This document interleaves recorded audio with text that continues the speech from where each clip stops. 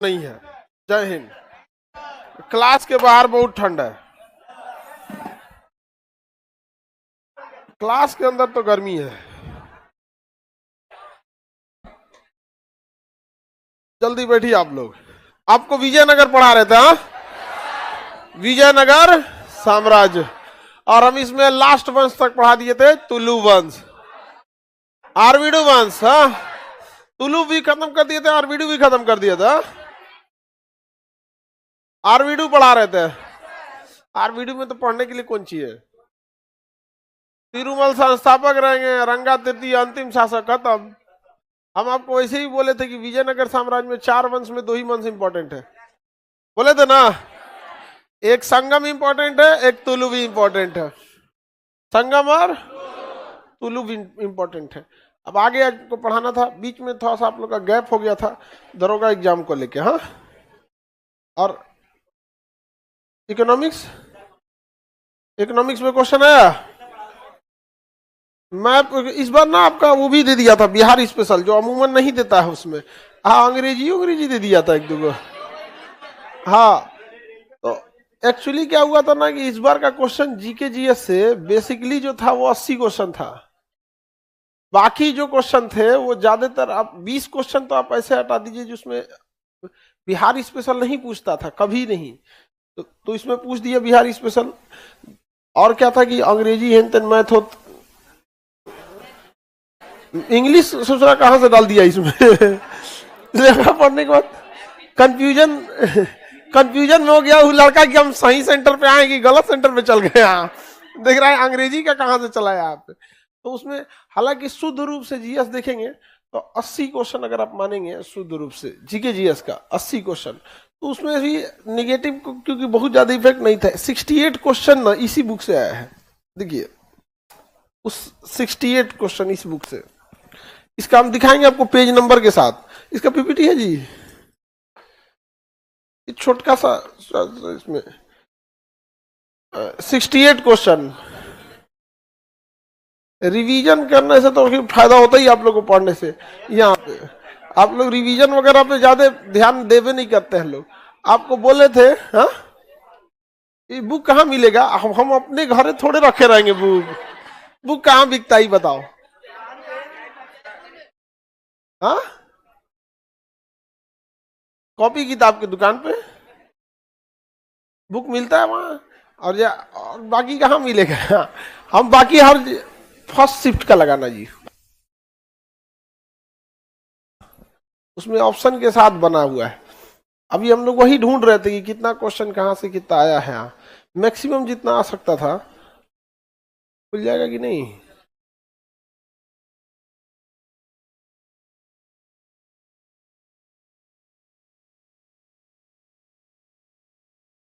आप लोग वैसे रिवीजन वगैरह खाली टाइम में करते रहते हो कि नहीं? हाँ, नहीं तो रिवीजन नहीं करेंगे तो सब लोग चल जाएंगे। पढ़ाई जितना जरूरी है उतना ही जरूरी रिवीजन भी है। यहाँ पे पढ़ाई से ज्यादा नहीं, पढ़वे नहीं करोगे रिवीजन को जी करेगा तुम लोग। करा पढ़ाई ज्यादा रिवीजन जरूरी, मतलब पढ़वे मत, खाली रिवीजन मार।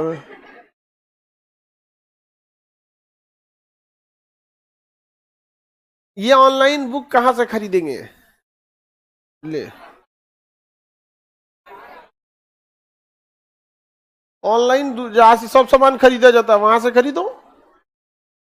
और कहां से खरीदोगे? चलिए अब हम आगे बढ़ते हैं। क्या चीज हो रहा है जी? ये पेपर खुल रहा है, इसमें से ओपन हो जाएगा।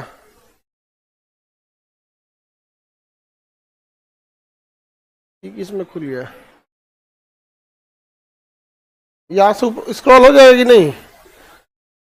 देखो फर्स्ट शिफ्ट है ये, फर्स्ट शिफ्ट क्वेश्चन ज्यादा बड़ा नहीं हो गया जीवा। देखो एक एक करके देखते चलो। क्षेत्रफल के अनुसार सबसे बड़ा कौन था? पेज नंबर देखते चलो। Book page number 230।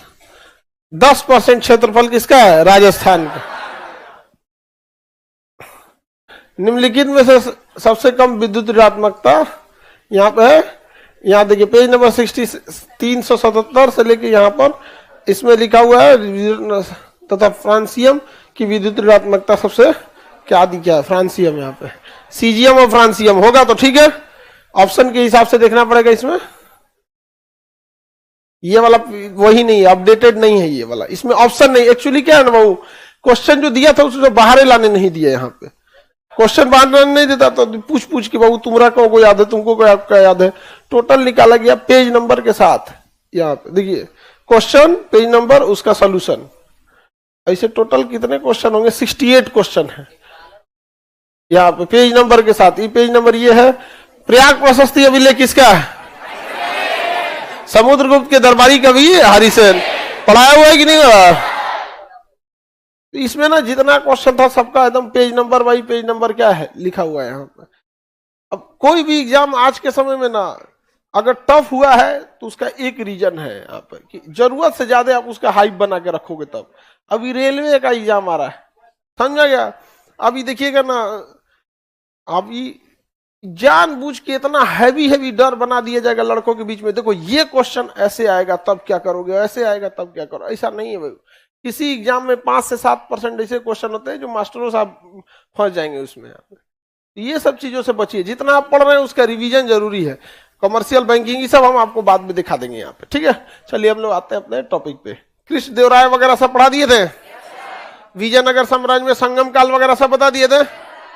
संगम काल के आगे आपको पढ़ाना था। तुगलक वंश के विघटन के बाद ही बना था कौन वंश, विजयनगर साम्राज्य। तो विजयनगर साम्राज्य में हम कौन सा वंश पढ़ा दिए थे, कृष्णदेवराय पढ़ा दिए थे ना। सबसे मुख्य कौन थे, कृष्णदेवराय। कृष्णदेवराय इस वंश के सबसे प्रमुख शासक थे यहाँ पे, तुलु वंश के। अच्युतदेवराय जो थे इसके समय में तो नियंत्रण क्या होने लगा था, खोने लगा था यहाँ पर, समझ में क्या। सदाशिव राय ने अपना मंत्री किसे बनाया, राम राय। राम राय ले जाके बन्नी हट्टी या राक्षसी तरंगिनी के युद्ध में विजयनगर का क्या करा दिया, नाश करा दिया। बताइए विजयनगर के जो शासक थे ये सदाशिव राय, इसके प्रधानमंत्री का नाम क्या था, प्रधानमंत्री का सेनापति का नाम राम राम। तो विजयनगर के अंत का सबसे बड़ा जिम्मेदार आप किसे मानेंगे, राम राय को। ईश्वरा गया मार कराने के लिए बहमनी साम्राज्य के पांचों में आपस में फूट डालने, तो बरार को छोड़ के चारों क्या हो गए, मिल गए। अब मार दिए किसको, विजयनगर को। किसे हटा दिया, विजयनगर को। तो विजयनगर के अंत किस युद्ध में हो गया, तालीकोटा का युद्ध। उसी को हम बन्नी हट्टी का युद्ध या राक्षसी तरंगनी का युद्ध कहते हैं। तालीकोटा के युद्ध को ही बन्नी हट्टी का युद्ध या राक्षसी तरंगनी का युद्ध कहते हैं। ये किस युद्ध को कहा गया, तालीकोटा के युद्ध को। उसके बाद विजयनगर साम्राज्य का क्या हो गया, अंत हो गया। विजयनगर साम्राज्य का क्या हो गया, वो अंत हो गया। इसके बाद आया कौन वंश, आरवीडू वंश। आरवीडू वंश के संस्थापक तिरुमल। तिरुमल अंतिम शासक रंगा तृतीय। अंतिम शासक रंगा। शिवाजी ने उसे अपने साम्राज्य में क्या कर लिया, मिला लिया। तो आरवीडू वंश के बारे में तो पढ़ना ही नहीं है, सालू वंश के बारे में भी पढ़ना नहीं है। मेनली संगम और तुलु, संगम और तुलु।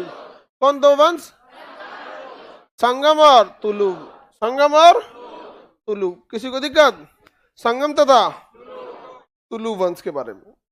आगे बढ़ जाए, विजयनगर खत्म हो गया। विजयनगर की प्रशासनिक व्यवस्थाओं को हम लोग समझते हैं। देखिए हर जगह के साम्राज्य की प्रशासनिक व्यवस्थाओं से सवाल नहीं आते हैं, लेकिन आपको कुछ मुख्य चीजें पता होनी चाहिए, जैसे मुगल हो गया, दिल्ली सल्तनत हो गया, या फिर विजयनगर साम्राज्य हो गया, कि इसकी राजधानी जब भी बनाई गई तो कुछ शहर आगे पीछे बदले हैं। अब विद्यार्थी लोग देखिए, कोई पढ़ेगा कि कौन राजा आया तो राजधानी किधर ले गया, वो आया तो राजधानी इधर ले गया। अरे बकलोल, 80% चांस में राजधानी कहाँ थी, 80% चांस में राजधानी जो थी हम्पी थी। अब क्यों याद करते हैं कि ये राजा यहां ले गया, वो राजा यहां ले गया, यहाँ पे वो जरूरी भी नहीं है। यहाँ पर समझ में आया कि नहीं गया। अब हम लोग का काम है वो आपको बताना, लेकिन वो आपको याद नहीं करना है कौन सा राजा कहां लेके गया। ये समझिए छोड़ना क्या क्या चीजें हैं, नहीं तो फिर भटकते रह जाएंगे इतिहास में, पागल हो जाएंगे पढ़ते पढ़ते। तो इसकी राजधानी क्या थी, हम्पी। शुरुआत से कमोबेश 80% राजाओं ने राजधानी किसे रखा, हम्पी, तुंगभद्रा नदी के किनारे। मुद्रा का नाम, विजयनगर की मुद्रा पैगोड़ा। क्या दी, पैगोड़ा। मुद्रा क्या दी, पैगोड़ा। सोने के सिक्के होते थे, क्या होते थे, पैगोड़ा होते थे। सोने के सिक्के ही क्या कहलाते थे, पैगोड़ा कहलाते थे। किसी को कोई दिक्कत, सोने के सिक्के क्या कहलाए, पैगोड़ा कहलाया। किसी को कोई दिक्कत नहीं। राजधानी क्या रही थी? सबसे बड़ा राजा होता था। राजतंत्र थी तो सबसे बड़ा क्या होता था? राजा। राजा के नीचे प्रांत होता था, स्टेट। राजा के नीचे स्टेट। जैसे प्रधानमंत्री हो गया ना, प्रधानमंत्री के नीचे स्टेट है, तो उस समय राजा के नीचे क्या था? स्टेट। अब आप बताइए, वहां की भाषा अलग थी, सब कुछ अलग था, तो स्टेट थोड़ी कहेंगे, वहां पे मंडल कहेंगे। क्या कहेंगे? मंडल। क्या कहेंगे? मंडल कहेंगे। तो मंडल का जो मुख्यमंत्री होता था वो महामंडलेश्वर कहलाता था। क्या कहलाता था? महामंडलेश्वर। क्या कहलाएगा? महामंडलेश्वर।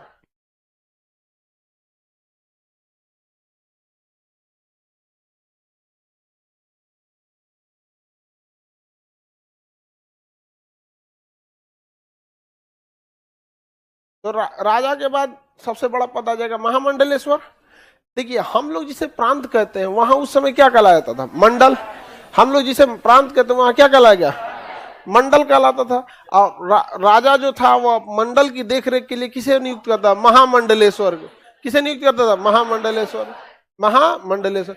उसके बाद कोट्टम। जिला किसमें चल जाएगा? कोट्टम। जिला किसमें? कोट्टम। उसके सबसे नीचे गांव। गांव को उरई कहा गया। क्या कहा गया? उरई। गांव को उरई कहा गया। गांव को क्या कहा गया? उरई। तो सबसे बड़ा क्या हो गया बाबू? राजा। सबसे बड़ा राजा।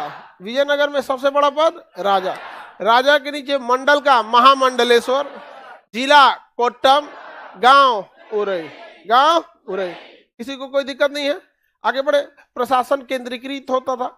कुछ चीजें याद आपको हमेशा ही से रखना है। राजतंत्र में प्रशासन हमेशा केंद्रीकृत रहेगा, राजा के पास ही रहेगा। फाइनल डिसीजन किसका रहेगा? राजा का रहेगा। ये इसमें कोई दिमाग नहीं लगाना, 100% यही होना है कि साम्राज्य क्या रहेगा?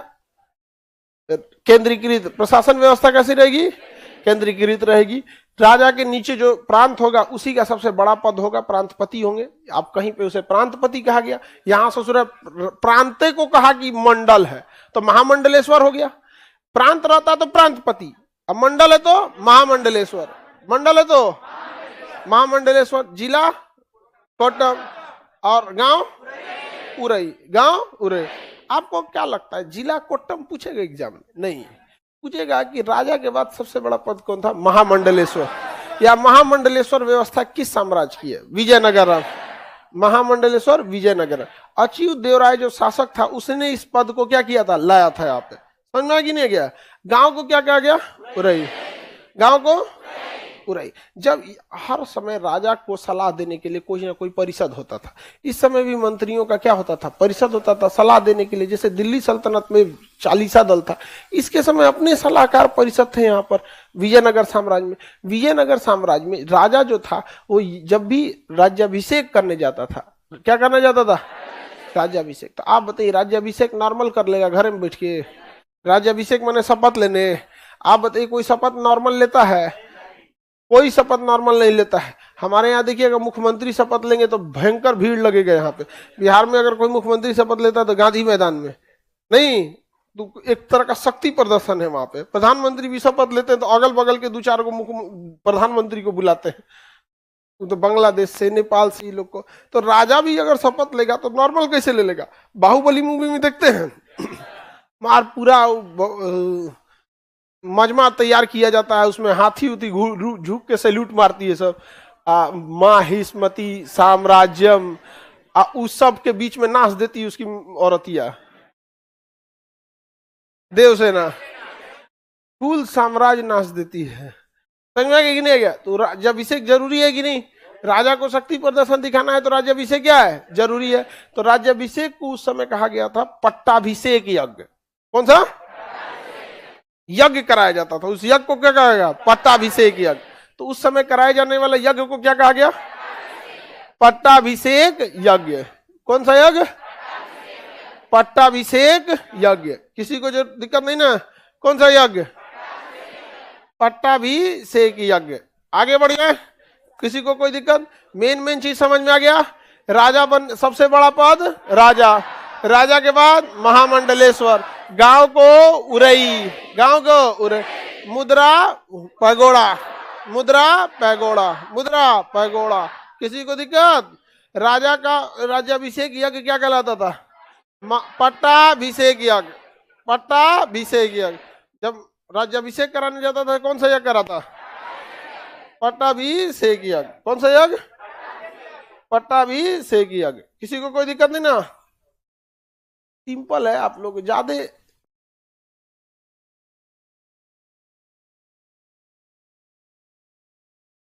अरे जी इसको ठंडा लग गया।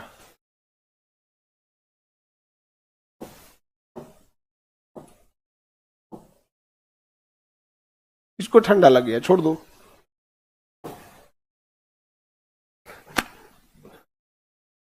पट्टाभिषेक यज्ञ में किसी को कोई दिक्कत नहीं ना? आगे बढ़ जा। अब एक बात बताइए, कब ये तो यज्ञ हो गया, सामाजिक व्यवस्था हो गया। अब पूछेगा कि बताइए साहित्य में क्या क्या हुआ। अरे भैया ये बताओ, साहित्य का जो विकास हुआ वो सबसे ज्यादा किस देवराय के समय हुआ? किस देवराय के समय हुआ सबसे ज्यादा? अब वही किस देवराय खुद ही एक लेखक था।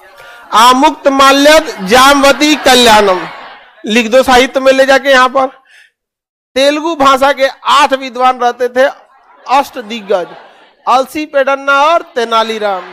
हाँ, हरि कथा और मनुचरित पुस्तक किसकी है? हाँ, पांडुरंग महामात्र किसकी है? तेनाली। पांडुरंग महामात्र तेनालीराम। अब आप बताओ, हेडिंग डाल के अगर आदमी लिखा है कि विजयनगर काल की साहित्यिक व्यवस्था, इतना बड़ा हेडिंग हो जाएगा। शॉर्टकट में क्या देखना है? साहित्य। साहित्य यहाँ पे। अब भैया इसमें केडीआर लिखेंगे, कृष्ण देवराय, 2 किताब लिख देना है, अलसी पेडन्ना लिख देना है, हरि कथा और मनुचरित, और तेनालीराम, तेनालीराम, पांडुरंग महामात्र, पांडुरंग महामात्र, पांडुरंग महामात्र। कोई दिक्कत? एक और अब्दुल रज्जाक की पुस्तक मतलाए साहेन, मतलाए साहेन याद कीजिए, पढ़ा दिए थे। देवराय द्वितीय के दरबार में इराक का यात्री अब्दुल रज्जाक भारत आया था। आया था ना? उसकी पुस्तक का नाम मतलाए साहेन, अब्दुल रज्जाक पुस्तक मतलाए साहेन। तो भी चैप्टर लास्ट में जब जैसे कोई वंश खत्म हो जाता है उसके बारे में जो लास्ट में डिटेल दी जाती है वो कुछ अलग से नहीं होती है, बल्कि वो आपको कंफ्यूज और कर देगा। आपको क्या कर देगा? और कंफ्यूज कर देगा। तो जरूरी नहीं कि आप दिल्ली सल्तनत पढ़ लिए तो उसके लिए दिमाग लगाइए दिल्ली सल्तनत की प्रशासनिक व्यवस्था। कुछ नहीं है। समझ में आ गया कि नहीं आ गया? वो सब चीज है विद्वता दिखाने की, वो आपके काम लायक नहीं है। समझ में आ गया कि नहीं आ गया? ये सब पढ़ लिए आप लोग, उधर जाएंगे तो क्या हो जाएंगे? कंफ्यूज हो जाएंगे यहाँ पे। तो साहित्यिक जीवन देख लिए। कृष्ण देवराय की पुस्तक आमुक्त माल्यद और जामवती कल्याणम, अलसी पेडन्ना की पुस्तक हरि कथा और मनुचरित, तेनालीराम की पुस्तक पांडुरंग महामात्र, अब्दुल रज्जाक की पुस्तक मतलाए साहेन। इन सारी पुस्तकों से किस वंश की जानकारी मिलेगी? विजयनगर। विजयनगर किसकी जानकारी मिलेगी? विजयनगर साम्राज्य की जानकारी मिलेगी। किसी को कोई दिक्कत? आर्थिक जीवन देखा जाए। आर्थिक जीवन देखिए, आर्थिक जीवन में क्या था? सैनिकों का हर समय मतलब वर्चस्व रहा है, सम्मान रहा है। तो जो सैनिक रहते थे उन्हें जो जमीन दी जाती थी उसे हम अमर भूमि कहा जाता था। क्या कहा जाता? अमर भूमि। सैनिकों को दी जाने वाली भूमि क्या कहलाती है? अमर भूमि। कौन भूमि? अमर भूमि। और मंदिर को दी जाने वाली भूमि देवभूमि। मंदिर को दी जाने वाली भूमि देवभूमि, देवभूमि। और सैलरी के बदले दी जाने वाली भूमि नायंगर व्यवस्था। कौन सा? नायंगर व्यवस्था। 3 व्यवस्था याद रहेगा। चलिए बताएंगे। सैनिकों को दी जाने वाली भूमि अमर भूमि, सैनिकों को दी जाने वाली, मंदिर को दी जाने वाली देव भूमि, मंदिर को दी जाने वाली देव, और वेतन के बदले दी जाने वाली भूमि नायंगर व्यवस्था। अब आप बताइए, दिल्ली सल्तनत में जो वेतन के बदले सैलरी देते थे उसे कहा गया इक्ता व्यवस्था। क्या कहा गया? इक्ता व्यवस्था। गुप्त काल में सामंत व्यवस्था, सामंत व्यवस्था। और विजयनगर में नायंगर व्यवस्था। विजयनगर में नायंगर। क्या इन तीनों में कोई अंतर है? लेकिन इन तीनों को ये नहीं समझ में आ रहा था कि ये तीनों इनके विनाश का कारण है। ये तीनों ही इनके क्या है? विनाश का कारण है। आप बताओ बाबू, सामंती व्यवस्था के तहत हम अपने किसी सामंत को क्या देते थे? वेतन के बदले जमीन। वेतन के बदले जमीन। किसी को दिक्कत? आगे बढ़े। सामंती व्यवस्था जो था बाबू, बताइए ध्यान से, सामंती व्यवस्था किसने चालू किया था? गुप्त काल से ही चलते जा रहा था।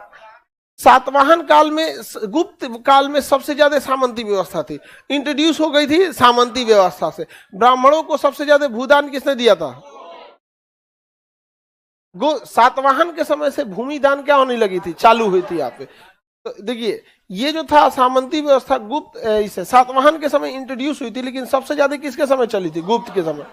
इक्ता व्यवस्था दिल्ली सल्तनत में, और नायंगर व्यवस्था विजयनगर साम्राज्य। अब आप ही बताइए, विजयनगर साम्राज्य में जो सबसे बड़ा अधिकारी होगा, या दिल्ली सल्तनत है इसमें जो सबसे बड़ा अधिकारी होगा, सबसे बड़ा सामंत होगा, या सबसे बड़ा इक्तादार होगा, या सबसे ज्यादा नायंगर होगा? और ये लोग आगे जाके दिक्कत पैदा करेंगे कि नहीं करेंगे? आप याद कीजिए, जितने भी सामंत थे वो क्या कर दिए थे? तख्ता पलट किए थे। तबर हिंद के इक्तादार मलिक अल्तुनिया रजिया सुल्तान की व्यवस्था मानने से इनकार कर दिए थे। यहाँ भी नायंगर व्यवस्था, सबने चौपट कर दिया कि नहीं चौपट कर दिया? इन किसी को नहीं बुझा रहा है कि सबसे फालतू व्यवस्था थी, वेतन के बदले जमीन। अकबर ने लाया था सबसे खतरनाक मनसबदारी, क्या लाया था? मनसब, और उसका अलग ही सिस्टम था। यहाँ पे कभी नहीं हो सकता आप तख्ता पलट करेंगे। सपोज कीजिए कि किसी की सैलरी है 10,000, ठीक है, जैसे बबनी की सैलरी है 10,000। अब बताइए ये सब क्या करता था सामंती व्यवस्था में, कि 10,000 रुपया की जमीन दे देता था, जमीन का मालिकाना हक हो गया। लेकिन अकबर ने कहा कि ये कोई व्यवस्था नहीं, 10,000 रुपया जमीन कह देंगे यहाँ पे। वो देखिएगा किस शहर में से, किस मोहल्ले से 10,000 रुपया टैक्स आ रहा है, उस मोहल्ले के टैक्स वसूलने की जिम्मेदारी इनको दे देगा कि बबनी जाइए उस मोहल्ला का या उस गांव से 10,000 टैक्स आ रहा है, आप वसूल लीजिएगा और उसी से अपना खर्चा चलाएगा। इससे अकबर को दो फायदा, जमीन इनके पास गया जीरो, जमीन है जीरो, जमीन का मालिकाना हक किसके पास है? अकबर के पास। दूसरा, अकबर को एक टैक्स डिपार्टमेंट रखने की कोई जरूरत नहीं है। टैक्स चोरी हुआ तो तू समझ बबनी, पूरा सैलरी गया यहाँ पे। तो अकबर के बदले फ्री में एगो टैक्स कलेक्ट करने वाला आ गया यहाँ, जीवन में कभी वो विद्रोह नहीं कर सकता। तो वेतन के बदले जो जमीन दी जाती थी, वेतन के बदले भूमि, वेतन के बदले भूमि, वेतन के बदले भूमि, वेतन के बदले, इसे क्या कहा गया? नायंगर व्यवस्था। नायंगर व्यवस्था, देवभूमि को, मंदिर को दी गई भूमि देवभूमि, सैनिकों को दी गई अमर भूमि।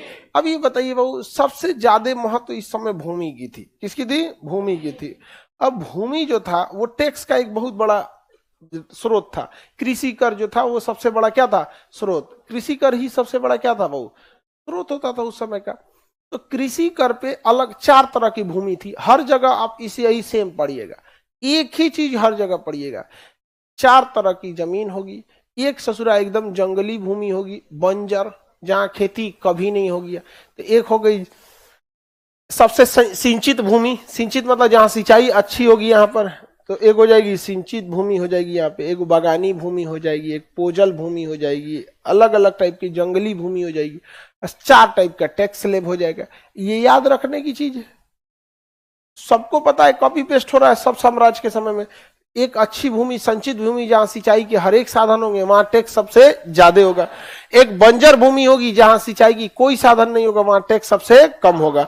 अभी बंजर भूमि के से पहले, जस्ट पहले एक जंगली भूमि होगी, जहां बंजर तो नहीं होगा लेकिन पूरा जंगल छाया होगा, जंगल में भी खेती करना बहुत मुश्किल है यहाँ पे, इससे थोड़ा सा टैक्स इसके तुलना में ज्यादा। सबसे ज्यादा टैक्स किस पे होगा? सिंचित भूमि। किस पे हो गई? सिंचित भूमि। किस पे? किसी को दिक्कत? आगे बढ़ जा, किसी को कोई दिक्कत नहीं ना? कह रहे हैं कि करंट अफेयर जो बिहार दरोगा में लड़ गया, क्या वही वाला रेलवे में आएगा? करंट अफेयर का कोई अभी, करंट अफेयर का सिलेबस से थोड़ी मतलब, करंट अफेयर खुद में अपने आप में एक सिलेबस है, उसको एग्जाम से क्या मतलब है? जो करंट वाली चीज है वो करंट में है, वहां पे वो डर रहा है कि या तो दरोगा में आ गया, अभी रेलवे में आएगा कि नहीं आएगा। 1 साल का करंट आपको पढ़ाया गया है, करंट है, जहां से पूछेगा करंट उसमें से आएगा। हाँ, कुछ एग्जाम है ना उसमें स्पेसिफिक कहीं से ज्यादा टच कर देता है, जैसे रेलवे के एग्जाम में बैठिएगा ना तो वो खेल कूद को ज्यादा ही टच कर देता है, और फिल्म इंडस्ट्री में एकदम बढ़िया से चला जाता है। वो कभी कभी फिल्म का डायरेक्टर पूछ देता है। आप यकीन कीजिएगा, देवसेना का रोल किसने किया था ये पूछा था। हाँ हाँ, पद्मावती मूवी में गोरा बादल का रोल किसने निभाया है, उस हीरो का नाम पूछा था। उसका फिल्म इंडस्ट्री से क्वेश्चन कुछ ज्यादा ही रेलवे को अच्छा लगता है। हम लोग जब एग्जाम के हिसाब से जवाब नहीं पढ़ाना है तो थोड़ा सा समझते कि भाई देखो रेलवे का नहीं है ना, तो फिल्मी दुनिया में इतना मत जाओ, पूछो जाओ फिल्मी दुनिया का कुछ ज्यादा ही पूछ देगा। और क्या पूछेगा, पंजाब आईपीएल की टीम पंजाब का मालिक कौन, कौन कंपनी खरीदा, जैसे मुंबई इंडियंस रिलायंस ने लिया ना, मुकेश अंबानी, मुंबई इंडियन का प्रेसिडेंट है। तो रेलवे के एग्जाम में आपका करंट का क्वेश्चन बहुत डीप से चला जाता है, खास करके खेल में और फिल्म में, उसमें बहुत ज्यादा चला जाता है। खेल, फिल्म, ब्रांड एम्बेसडर, ये सब चीजों से बहुत ज्यादा उसमें चला जाता है। बाकी जो ये नॉर्मल करंट रहते हैं वो सारे एग्जाम के लिए क्या रहेंगे, सेम रहेंगे। हर एग्जाम का अपना अपना अलग अलग पैटर्न है। वो भी सबसे महंगा खिलाड़ी कौन था, मतलब आप समझिए कि जितना डिटेल हो सकता है ना फिल्म में, अब उतना। अब कटप्पा का रोल पूछा हुआ था फिल्म में, कटप्पा का रोल किस हीरो ने किया था, बुढ़ऊ का ओरिजिनल नाम क्या है? हाँ, आओ जो सबसे खतरनाक झगड़िया थी मोटका टिक वाला, शिवगामी देवी। हाँ, बाप रे बाप, चलता फिरता परमाणु बम, उसका क्वेश्चन पूछा था रेलवे में।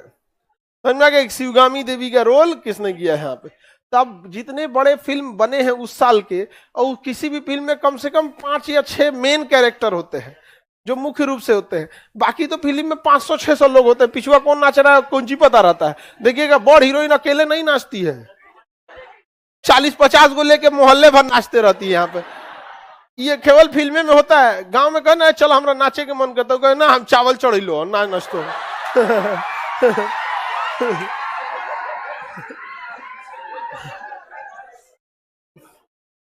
पता नहीं कहां से तो इनको हीरोइनिया जहां खुश हुई तुरंत नाचने लगी।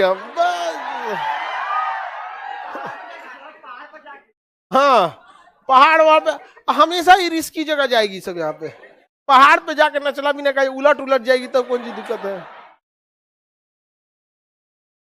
गिर जाते। फिल्में जो है ना भारत में महिलाओं को कहीं ना कहीं, भारत की फिल्में ऐसा दिखाता है कि आपके जीवन में किसी न किसी लड़का का होना जरूरी है। वो पुरुष आएगा आपके जीवन को बचाएगा, ये कोई जरूरी है, लेकिन दिमाग में भर दिया है। आप देखिएगा मेरे करण अर्जुन आएंगे, बाहुबली द्वितीय आएगा। हाँ, क्या अवंतिका नहीं कर सकती थी, लेकिन देखिए अवंतिका को साइड कर दिया। बाहुबली मूवी में देखिएगा ना, अवंतिका छोट मोट गुंडई का काम की है बस। यहाँ पे लास्टली कौन ले गया है, बाहुबली पूरा जीता के ले गया। फिल्मों का अलग इफेक्ट पड़ता है। खैर आप लोग इतना ध्यान से थोड़ी देखते हैं। अभी तो लड़कियों की मुख्य लड़ाई है कपड़े पहनने के लिए। पहले ये जरूरी चीज को ये लोग लड़ ले, उसके बाद समाज में ये सब छोटी मोटी चीजें हैं यहाँ पे। अभी तो आप लोग का मुख्य ध्यान है बड़े मुद्दों पे। आगे बढ़ते हैं। किसी को दिक्कत नहीं ना, आगे बढ़े।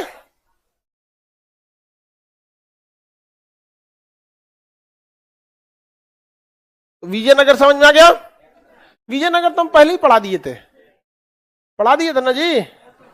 विजयनगर के बाद कौन टूटा था? बहमनी। बताइए विजयनगर 1336 किससे टूटा? मोहम्मद बिन तुगलक। अब कौन है? बहमनी। कौन टूटेगा? बहमनी। 1347 किससे टूटेगा? मोहम्मद बिन तुगलक। तो बहमनी को देख लिए, अब किसको देखते हैं? सॉरी, विजयनगर को देखे, अब किसको देखते हैं? बहमनी को। अब इसके बाद इन दोनों के समय में कुछ कॉमन विदेशी यात्री आए थे, जैसे बारबोसा, नीनूज, ये लोग कब आए थे? इसको बार्थोलोमियो कह रहे हैं यहाँ पे, दुइमोगो पायस वगैरह, ये हम लोग देखेंगे लोग किस राजा के समय ये आए थे। अभी हम लोग पहले क्या देखते हैं? बहमनी में ना आपको 3 शासक पहले से याद है। देखिए 3 नहीं 2, हम पहला शासक बता दें, अलाउद्दीन बहमन शाह। अलाउद्दीन बहमन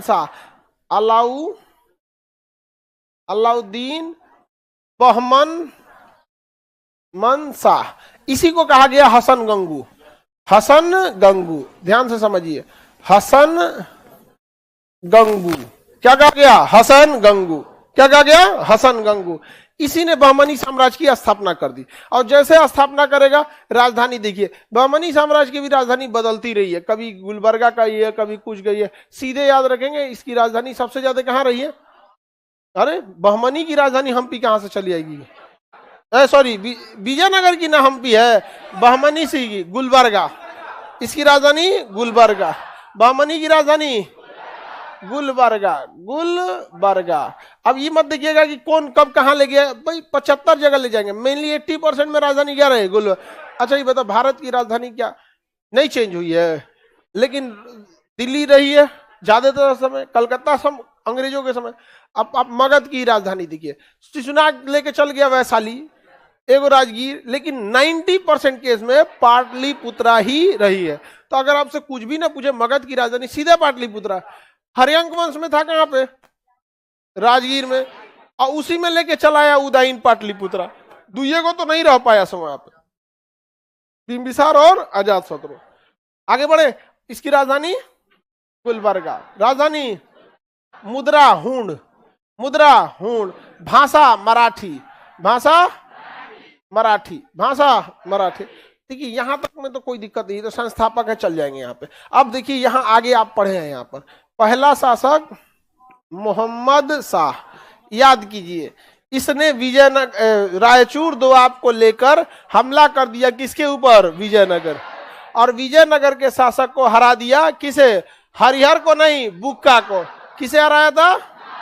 बुक्का को हराया था। किसे हराया था? बुक्का प्रताप। आप लोग रिवीजन नहीं किए, रिवीजन नहीं किए हैं बाबू। ये पढ़ाया हुआ टॉपिक अगर नहीं बता पाएंगे तो हम क्या बोलेंगे आपको? मोहम्मद शाह ने किसे हरा दिया? बुक्का प्रथम को। मोहम्मद शाह ने किसे पराजित किया? बुक्का प्रथम को। किसे पराजित कर दिया? इसके बाद बताइए, फिरोज शाह बहमन। याद कीजिए, फिरोज शाह बहमन।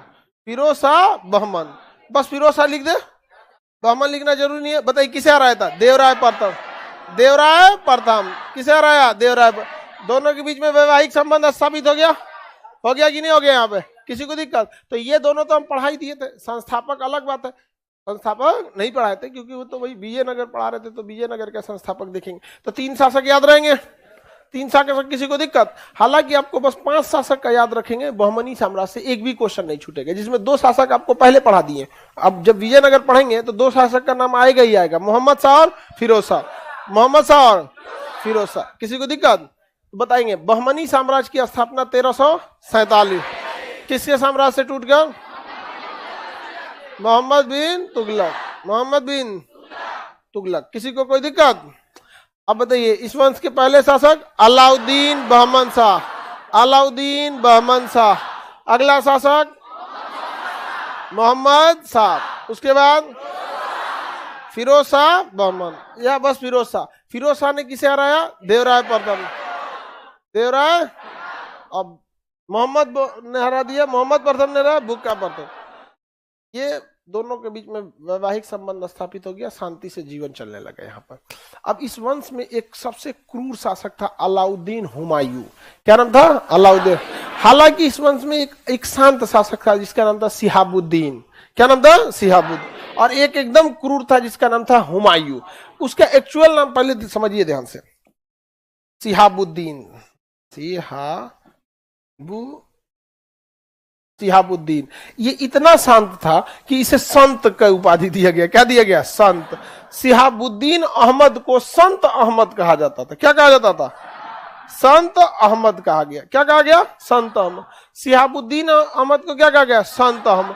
इतना शांत था, इतनी जनता के बारे में सोचता था कि इसे कहा गया संत है, एकदम साधु संत है, एकदम शांत स्वभाव का था। जनता, साधु कभी किसी की बुराई नहीं करते हैं, साधु संत। इसके बाद जो आया अलाउद्दीन हुमायूं। क्या आया? अलाउद्दीन हुमायूं। अब दिल्ली से हुमायूं। देखिए, बाबर के बेटा का भी नाम क्या था? हुमायूं। अब वो क्या करेगा, एग्जाम में ना जानबूझ के अलाउद्दीन काट देगा, कहेगा कि इनमें सबसे क्रूर शासक कौन था। तो एक्चुअल अलाउद्दीन हुमायूं सबसे क्रूर था। इतिहास में, भारतीय इतिहास में ये सबसे क्रूर शासक था, एकदम जालिम था। तो जिस तरह से इसे संत अहमद कहा गया, उसी तरह से इसे जालिम हुमायूं कहा गया। जैसे शिहाबुद्दीन अहमद को संत अहमद कहा गया, उसी तरह अलाउद्दीन हुमायूं को जालिम अहमद कहा गया। क्या कहा गया? जालिम हुमायूं। क्या कहा गया? जालिम हुमायूं। अब आपको पता है, अगर अलाउद्दीन हुमायूं कह देगा, अलाउद्दीन हुमायूं, तो फट से पहचान देंगे। अगर अलाउद्दीन काट दिया, केवल हुमायूं बोलेगा, तो पहचानना थोड़ा सा टफ हो जाएगा। तो कहेगा कि इनमें सबसे क्रूर शासक कौन था, तो ऑप्शन में सब रहेगा और हुमायूं रहेगा। तो हुमायूं, जो बाबर का बेटा हुमायूं था, वो क्रूर नहीं था, वो बकलोल था। क्रूर नहीं था, वो बकलोल था। यहाँ पे उसको ना अपने मरने से सबसे ज्यादा डर लगता था। हफ्ता में ना अलग अलग कपड़ा पहनता था, सोमवार के दिन ये कलर, मंगल के दिन ये कलर। उसका हुमायूं का अर्थ होता है खुशनसीब, भाग्यशाली। खुशनसीब वही भाग्यशाली बोलते हैं, गधा कहीं का, खुशनसीब। लेकिन वो कभी जीवन में सुख शांति नहीं देख पाया। अब मरबो किया ना तो सीढ़ी से बिछला के। दीन पना यूनिवर्सिटी का बनाया था अपने लिए लाइब्रेरी, बड़का 3 तल्ला पे से सीढ़ी पे से गिरा। और राजा महाराजा घर में नहीं देखते था, ऐसे ऐसे वाला सीढ़ियां होती थी, धर धर धर धर धर धर गिरा बेचारा का 206 हड्डी टूट गया। तो वो बकलोल था, जालिम नहीं था। और ये ससुरा क्रूर था। क्या था? इतना जालिम था जिसका कोई हद नहीं। इसलिए इसके बाद कोई शासक अच्छा आया ही नहीं। इसलिए इतिहास में एक पैटर्न दिखेगा, अगर कोई वंश में एकदम क्रूर शासक आएगा तो उसके बाल बच्चे एकदम डर जाएंगे। बाल बच्चे क्या जाएंगे? डर जाएंगे। और डर जाएंगे ना तो शासन ही नहीं कर पाएंगे, कोनो कमुआ करेगा, खराब कर देंगे सब। नाश देगा उन सबको। सबसे मुगल वंश में सबसे क्रूर औरंगजेब, औरंगजेब के बाल बच्चा चौपट हो गए। तो किसी भी वंश में जहां क्रूर होंगे, उसके बाद वो क्या हो जाएगा? चौपट हो जाएगा। तो उसी तरह अलाउद्दीन हुमायूं सबसे क्रूर थे, तो चौपट होना है कि नहीं होना है? हो ही हो गया। इसके बाद क्या हो गया? चौपट हो गया। इसे इतना क्रूरता है कि इसे जालिम हुमायूं कहा गया। क्या कहा गया? जालिम। ये 5 गो शासक याद रहेंगे। 5 गो शासक के बाद बहमनी साम्राज्य 5 टुकड़ा में टूट गया। कितने टुकड़ा में टूट गया? 5 टुकड़ा में टूट गया। अहमदनगर, बीजापुर, गोलकुंडा, बरार, बीदर, कितने भाग में टूटा? 5। इसी में एक साम्राज्य था बरार, जो भाग नहीं लिया। बाकी के 4 साम्राज्य मिलकर विजयनगर का अंत कर दिए थे। विजयनगर का अंत कर दिया था। क्रूर हुमायूं किसे कहा गया? संत अहमद कहा गया। संत अहमद, संत अहमद, संत अहमद शिहाबुद्दीन को कहा गया। इसे ना बहमनी साम्राज्य का नीरू कहा गया। बहमनी साम्राज्य का नीरो। नीरो रोम का एक शासक था। नीरो, रोम का शासक क्या था? नीरो। उस पूरे शहर में आग लगवा दिया था। पूरे शहर में क्या लगा दिया? आग लगा दिया था। पता नहीं चला कि आग लगा कैसे, ये किसी ने नहीं पता कि पूरे शहर को किसने जला दिया। लेकिन इतिहासकारों का कहना है कि ये रोम को दोबारा बनाना चाहता था, इसलिए जलवा दिया पूरा रोम को। अरे भाई, दिल्ली जो थी वो पुरानी दिल्ली जो हो गई थी बहुत कंजस्टेड हो गई, तो नई दिल्ली बनाई गया। वो कंजस्टेड हो गए तो दिल्ली एनसीआर बनाई गया कि जरा दोगे पुराना दिल्ली। पटना में जहां हम लोग रहते हैं, ये ओल्ड पटना है, एकदम कंजस्टेड है।